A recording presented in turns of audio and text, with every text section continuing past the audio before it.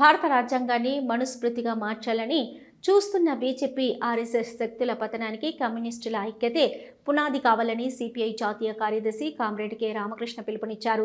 భారత communist party CPI శత జయంతి ఉత్సవాల సందర్భంగా శనివారం నంద్యాల పట్టణంలోని రామకృష్ణ డిగ్రీ కళాశాల వివేకానంద ఆడిటోరియంలో కమ్యూనిస్టుల ఐక్యత నేటి ఆవశ్యకత అనే అంశంపై సదస్సు జరిగింది.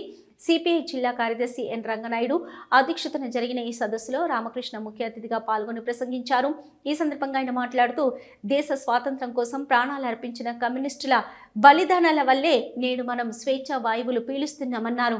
దేశంలో 100 ఏళ్ల చరిత్ర కలిగిన పార్టీలు కాంగ్రెస్ కమ్యూనిస్టులేనని, స్వాతంత్రోద్యమంలో పాల్గొనకుండా బ్రిటిష్ వారికి వత్తస్తు పలికిన చరిత్ర ఆర్ఎస్ఎస్ అని ఎద్దేవా చేశారు. తెలంగాణ సాయుధ పోరాటంలో 4500 మంది బలిదానాలతో 3000 గ్రామాల్లో 10 లక్షల ఎకరాల భూమిని పేదలకు పంచిన ఘనత సిపిఐదేనని గుర్తు చేశారు.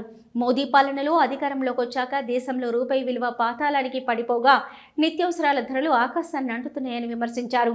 సిబిఐ, ఈడీ, ఎన్నికల సంఘం వంటి స్వయం ప్రతిపత్తి గల సంస్థలను గుప్పిట్లో పెట్టుకుని ప్రతిపక్షాలను వేధిస్తున్నారని మండిపడ్డారు.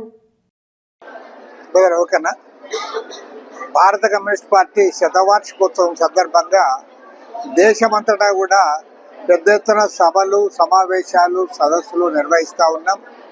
ఇవాళ కమ్యూనిస్టు ఉద్యమం భారతదేశంలో ఆవిర్భవించి 100 ఏళ్లు పూర్తయిన సందర్భంగా దేశవ్యాప్తంగా కమ్యూనిస్ట్ పార్టీ నిర్వహించిన త్యాగాలు, పోరాటాలు వీటన్నిటి కూడా ప్రజల దృష్టికి తీసుకోవడానికి, మరోమారు రాబోయే రోజుల్లో మరింత ముందుకు సాగడానికి ఈ అవకాశాన్ని తీసుకొని ఈరోజు దేశంలో ఉన్న అన్ని రాష్ట్రాల్లో కూడా కమ్యూనిస్ట్ పార్టీ శాఖలు ఉన్న ప్రతి చోట కూడా జెండాలు ఎగురవేసి ఇవాళ ర్యాలీలు, సదస్సులు నిర్వహిస్తూ ఉన్నారు. వీటన్నిటికీ కూడా ముగింపుగా జనవరి 18వ తేదీ నాడు ఖమ్మం నగరంలో లక్షలాది మందితో భారీ ర్యాలీ నిర్వహిస్తూ ఉన్నాం.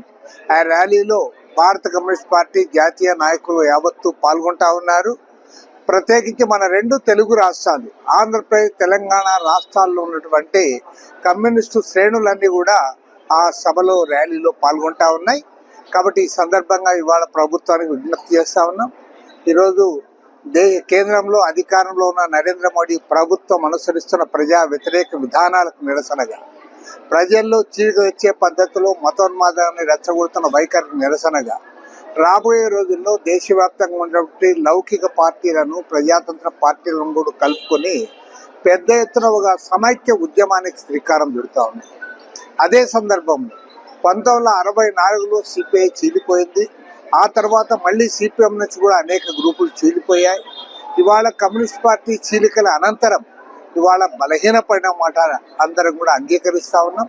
కాబట్టి ఇవాళ మరోమారు స్వాతంత్ర పోరాటంలో ఎట్లయితే కమ్యూనిస్టులు అందరూ కూడా కలిసిమెలిసి స్వాతంత్ర సమర యోధులతో కలిసి పనిచేశాము, ఇవాళ కేంద్రంలో అధికారంలో నరేంద్ర మోడీ ప్రభుత్వానికి వ్యతిరేకంగా కమ్యూనిస్టులు అందరూ కూడా ఏకం కావాల్సిన అవసరం ఉంది. నక్సలైట్ సోదరులు సిపిఐ, సిపిఎం, ఎర్రజెండా పార్టీలన్నీ కూడా ఒకే వేదికపైకి వచ్చి ఒక సమైక్య పార్టీగా, ఒక ఎర్రజెండా పార్టీగా మనం అందరం కూడా ముందుకు సాగాలని చెప్పి కూడా సిపిఐ వాంఛిస్తూ ఉంది.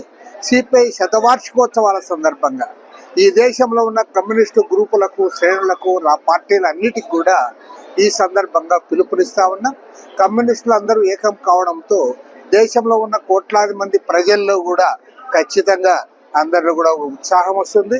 ఆ రకంగా రాబోయే రోజుల్లో పోరాటాలు మరింత ముందుకు తీసుకోవడానికి కూడా ఇది ఉపయోగపడుతుందని చెప్పి కూడా భావిస్తాం.